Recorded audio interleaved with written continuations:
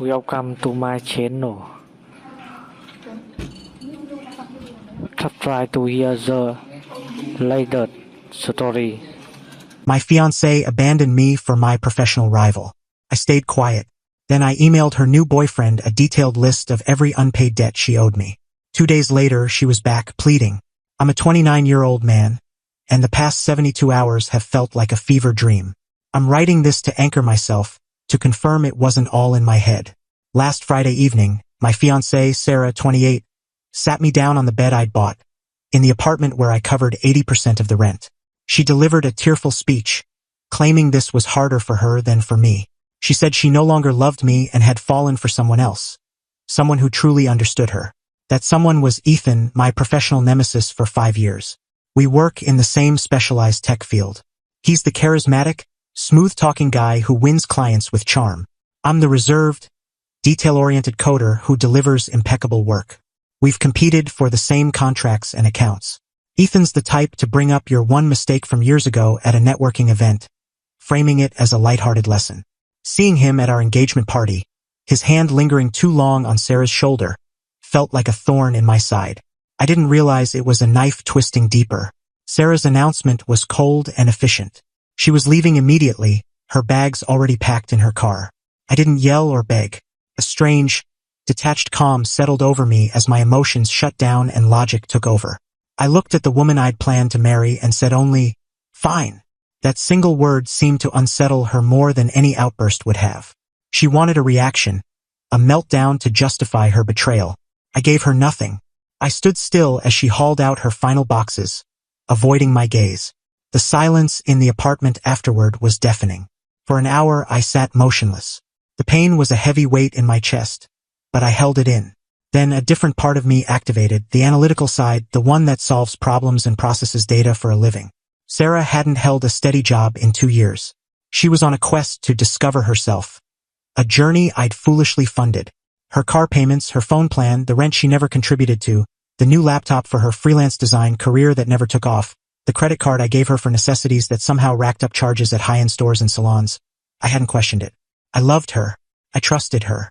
One detail stung the most: my custom-built gaming PC.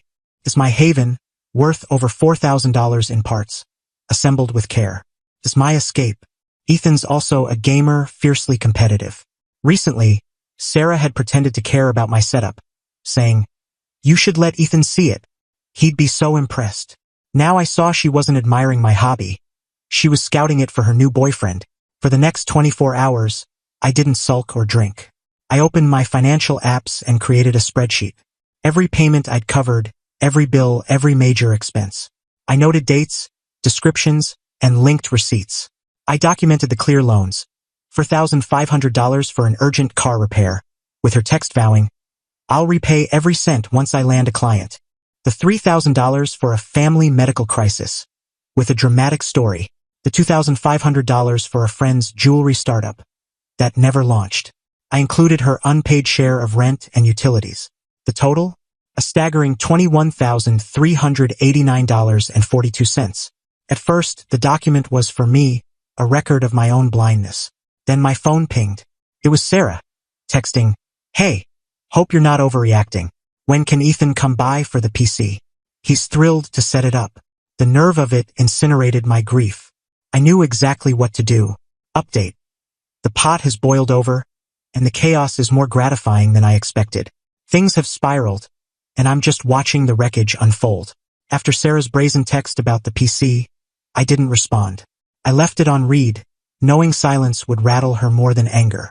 Instead, I finalized my spreadsheet, converted it to a polished PDF titled Sarah's Unpaid Debts and Loans, 2023 to 2025. I found Ethan's work email easily. I composed a message, keeping it friendly and professional. Subject: Congratulations and a friendly handover. Hi Ethan. Heard about you and Sarah. Congrats on your new relationship.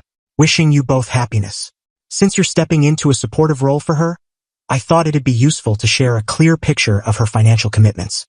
Sarah mentioned you'd be picking up some items, and she may have overlooked mentioning her outstanding debts to me. Attached is a detailed summary of personal loans and shared expenses I covered for her over the past 22 months, with her agreement to repay once she was stable. The total is $21,389.42. I'm sure a successful guy like you will want to start fresh with no loose ends. Let me know your preferred payment method. Best, Daniel. I attached the PDF and sent it. Then I brewed a coffee and waited. Within 15 minutes, my phone exploded. Sarah sent a flurry of texts. Are you serious, Daniel? A spreadsheet to Ethan? This is low. You're trying to destroy me. He thinks I'm a freeloader now. You said you were fine covering me. I ignored them. An hour later, Ethan emailed, his tone dripping with arrogance. Is this a prank? I replied instantly, not at all. I have receipts and bank records. The major loans over $10,000 are backed by her texts promising repayment. Happy to send originals. Start with the medical loan from last December. Hope that worked out. Silence followed. Perfect, costly silence. All day, Sarah left furious voicemails and texts swinging from rage to begging. At 9 p.m., she showed up, pounding on my door. Her face was red, her eyes frantic. The poised woman who left me was gone, replaced by someone desperate. Daniel, please, she said, trying to push inside. I blocked the door. Tell Ethan it's a lie. You made it up to hurt me. Which part's a lie? I asked calmly. The car loan? The business funds? Or the rent you haven't paid in months? You said you wanted to help me chase my dreams. She sobbed. I was helping a partner, I said. You stopped being that when you started sleeping with my rival while I paid your way. That's not love. That's a transaction. And the bill's due. $21,389.42. She flinched.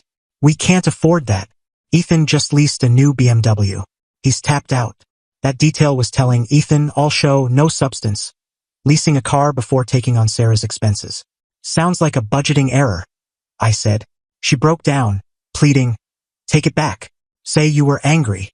She wasn't sorry for betraying me, just for getting caught. No, I said, the calm like armor. About the PC, it's by the door. You or Ethan can have it once I see a bank transfer for the full amount. It's now part of your debt. I shut the door on her tears, locked it, and felt a flicker of peace. Update. Their entitlement didn't just knock. It tried to smash the door down.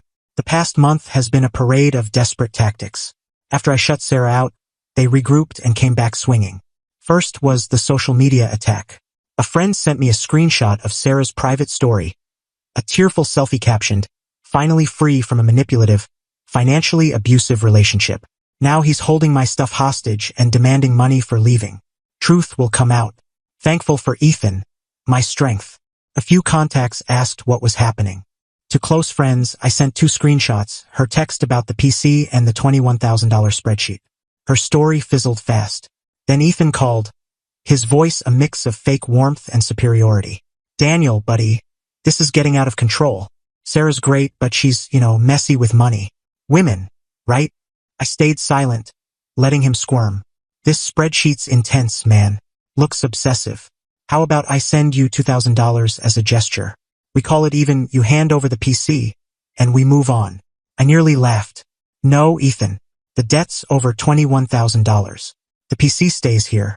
How's the BMW maintenance going? I hear it's steep. His tone turned cold. You're a spiteful jerk. Sarah was right. We're not paying a penny, and we'll get the cops to take our PC. Good, I said. Ask them to bring someone who understands proof of purchase. I have it. Do you? I hung up. No police showed up. Instead, Sarah texted, my cousin's a lawyer. He says this is extortion and harassment. Apologize to me and Ethan in writing within 24 hours, or we're filing a report and lawsuit. I knew her cousin was a car salesman. They were bluffing. It was time to stop reacting and start acting. The counterattack. Part 2. The system, the engagement ring. I'd forgotten it in the chaos. A custom Virago worth $11,000. Legally, it's mine until the marriage is finalized. I sent a certified letter to Sarah's parents' address, where I guessed she was staying, demanding the ring's return. No emotion, just facts, a receipt copy, and a deadline. Small claims court. The local limit is $10,000. I filed a claim for the 3 largest loans. $4,500 for the car, $3,000 for the emergency, and $2,500 for the startup. I had texts and bank records, undeniable proof. Filing cost $100, worth every penny. I had her served at her parents' address. She had a court date. The lease, our apartment lease, ended in 60 days. Both our names were on it. I visited the management office the day after Sarah left, submitting a notarized letter stating I wouldn't renew and would vacate at term's end. Any new lease would need Sarah's or Ethan's income to qualify. The building requires income 3 times the $2,800 rent. Sarah's jobless and Ethan's commission-based income, boosted by one big quarter, wouldn't cut it, especially with Sarah's zero earnings. They were stuck. Sarah's mom called, her tone venomous, calling me heartless for suing her daughter. "I'm sorry you feel that way," I said. "Maybe you should have taught her not to borrow money she couldn't repay while cheating on her partner." I hung up on her rant. The game was now mine, played in courts and offices. Final update. It's done. Not with a dramatic crash, but a steady unraveling of their flimsy plans. The ring arrived first, in a battered box via courier. It was scratched, a final act of spite. I didn't care. A jeweler bought it for scrap and the diamond's value, $9, $100 went to my savings. At small claims court, I presented my evidence. Bank records, texts proving the loans. Sarah and Ethan didn't show. The judge awarded me $10,000 plus my filing fee in minutes. The judgment tanks Sarah's credit and can garnish her wages or seize assets. The apartment was the final blow. They tried to renew the lease, but a neighbor saw Ethan arguing in the office, waving a single commission check. With Sarah's no income and new judgment, they were rejected and given 30 days to leave. A friend described their move.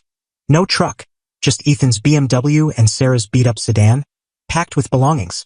They were arguing in the parking lot, Ethan shouting about his ruined reputation, Sarah crying that he was supposed to provide for her. They didn't get a chic new place. Sarah, per her cousin who despises Ethan, moved back to her parents' house, sleeping in her old room. Ethan, his ego couldn't handle the hit. At a recent event he told someone, "Sarah's done. Total mess. Too much drama for my image." He didn't win a prize, he got a liability. When it cost too much, he dumped it. I moved to a smaller downtown apartment with a great view. Last week, I got a $92.17 payment from Sarah's wage garnishment. She's now a part-time barista. It's not about the money anymore. Last night, a text from an unknown number. "Can I at least have the PC? I could sell it. I'm broke." I glanced at my setup, humming in my quiet new space. I replied, "No," and blocked her. I started a game, slipped on my headset, and felt the calm hum of my machine and the pure, unburdened silence of a life that's finally mine.